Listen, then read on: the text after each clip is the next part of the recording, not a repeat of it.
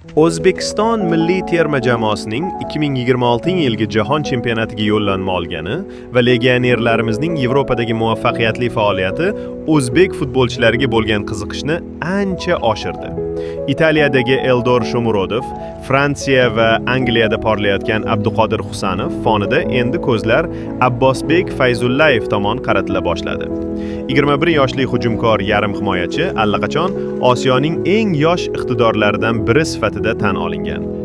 Rossiyaning CSKA klubidagi muvaffaqiyatli o'yinlari, terma jamoa safida ko'rsatayotgan ta'sirli harakatlari tufayli Yevropa klublari uni diqqat markaziga olmoqda. 2023-yilning yozida Paxtakordan CSKAga ko'chib o'tgan Fayzullayev Rossiya Premyer Ligasining debyut mavsumidayoq jamoasi bilan bronza medali va mamlakat kubogini qo'lga kiritdi.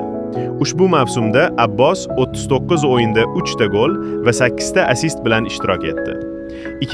Endi esa uning nomini Angliya Premyer Ligasining nufuzli klubi Wolverhampton transfer ro'yxatida ko'rishimiz mumkin.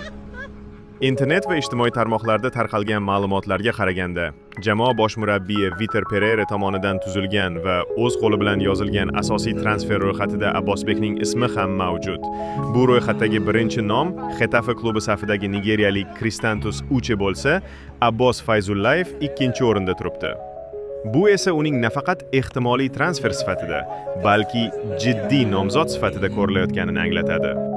Jurnalist Yaxyaxo'ja Ulug'xo'jayev o'z fikrida bu xabarda mantiqiy asos borligini ta'kidlab, Abbosning SK bilan bitimi tugash arafasida ekaniga e'tibor qaratdi. U SK bilan shartnomani yangilamadi. Shu sabab u joriy transfer oyida Yevropa yo'liga otlanishi mumkin. Bunda Wolverhamptonning qiziqishi mantiqan o'rinli. Fayzullayev potensiali bor futbolchi va u o'sishda davom etmoqda, deydi Ulug'xo'jayev.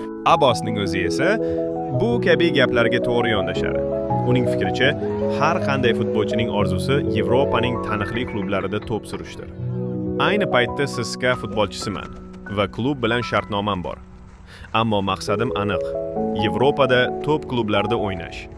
Xudo nasib qilsa, bu orzu ro'yobga chiqadi, degan edi Fayzullayev yaqindagi intervyularidan birida.